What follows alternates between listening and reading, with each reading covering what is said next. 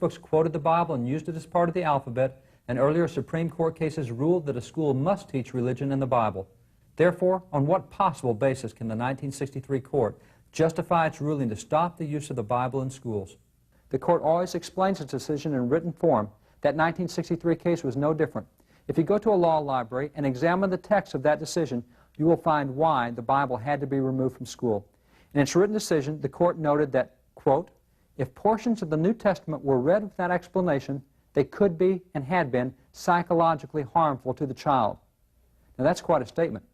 For the second time in a year, this was a case lacking both historical and legal precedent. Again, the court simply made a new announcement of policy: no more Bible reading in schools. The courts continued to extend the new boundary outward.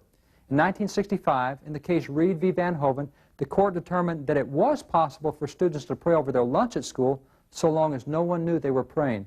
They couldn't say words or move their lips, but they could pray if no one knew about it. In 1967, in DeKalb v. Despain, the court took a 4-line nursery rhyme used by a K-5 kindergarten class and declared that nursery rhyme unconstitutional. The court explained that although the word God was not contained in this nursery rhyme, if someone were to hear the rhyme, they might think that it was talking about God, and that would be unconstitutional. This trend continued in case after case, year after year. In 1 year alone, 3 cases made the courts challenging the right of students to see copies of the Ten Commandments while at school. The Supreme Court accepted the Stone v. Graham case from Kentucky, where a copy of the Ten Commandments was hanging in the hallways of the schools. The court acknowledged that the Ten Commandments were passive displays. That is, they simply hung on the walls just like a picture of George Washington. They were not part of any class or any curriculum. They just hung there. A student could look at them if he wanted to, and if he didn't, fine. Yet notice the court's ruling under the redefined First Amendment. The court said, if the posted copies of the Ten Commandments are to have any effect at all, it will be to induce the school children to read, meditate upon, perhaps to venerate and obey the commandments. This is not a permissible objective.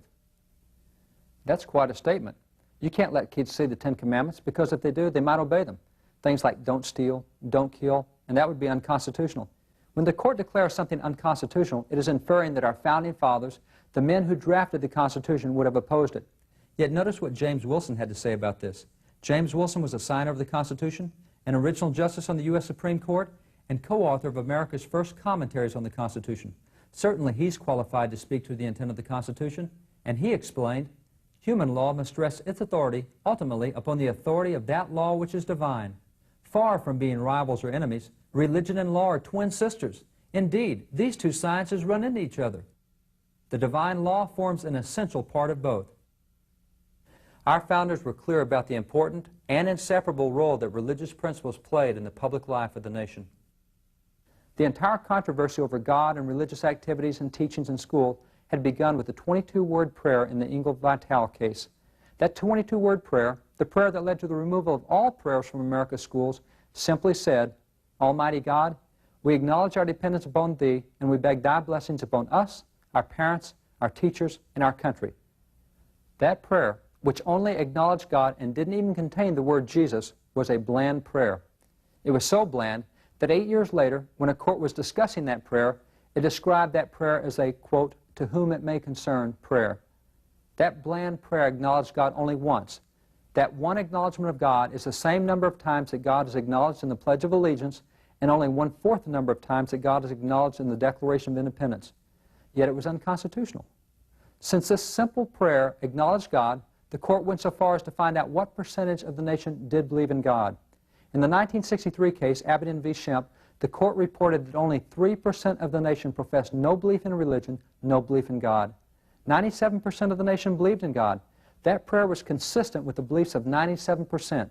Nonetheless, the court took another first. It sided with the 3% against the 97%. This was the first time in America's history that 3% had become a majority. 3% had always been a minority, but now the philosophy of the 3% would be the philosophy under which the 97% must conduct its affairs. The 4 categories in that prayer which petitioned God's blessing were students, families, schools, and the nation. There are numbers of court cases readily available which show that until 1962-63, the courts consistently ruled using biblical principles and following biblical guidelines in all 4 of those areas.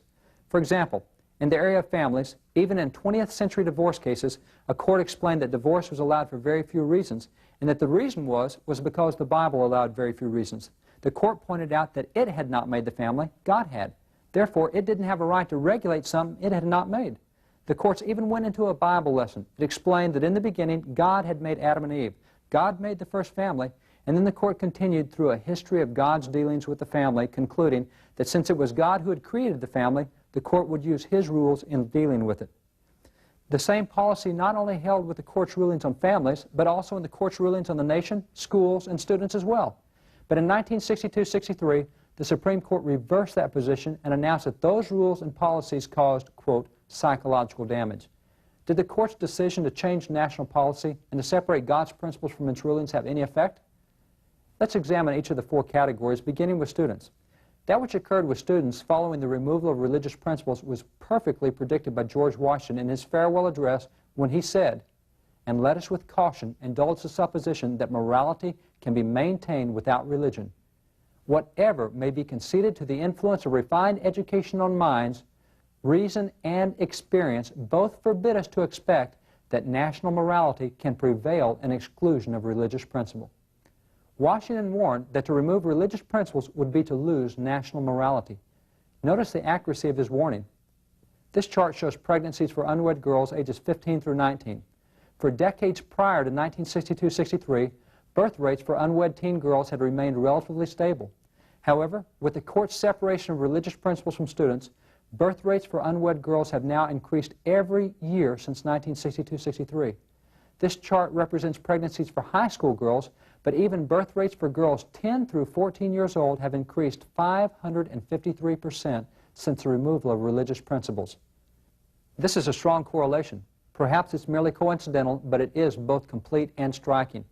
It is further significant to note that every moral measurement which exists for students breaks violently upward with the separation of religious principles from the lives of students in 1962-63. Notice this category: sexually transmitted diseases to high school students. Notice how low sexually transmitted diseases had been. Notice the point when religious principles were prohibited. Notice a dramatic increase. The same is true for every moral measurement among youth. Again, each of these categories was showing overall declines prior to 1962-63, but with the first ever separation of religious principles from students, a violent upturn occurred on every chart and in every moral measurement. Washington was correct. The next category over which God was acknowledged in that simple prayer, and in which the courts had maintained the use of biblical principles prior to 1962, was that of our families, or our parents. What happened when we abandoned the use of God's principles when dealing with families?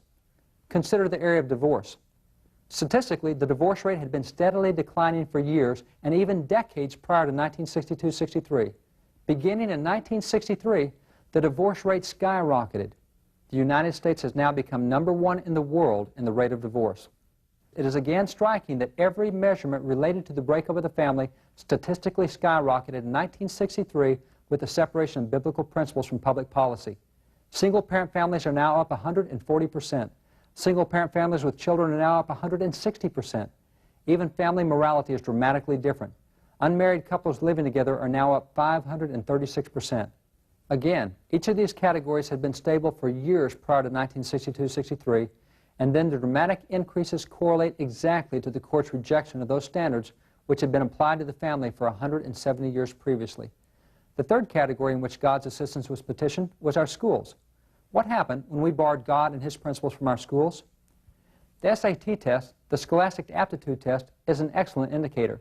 The SAT test has been in America since 1926, and in 1941 it was placed on the same scale that is still used today.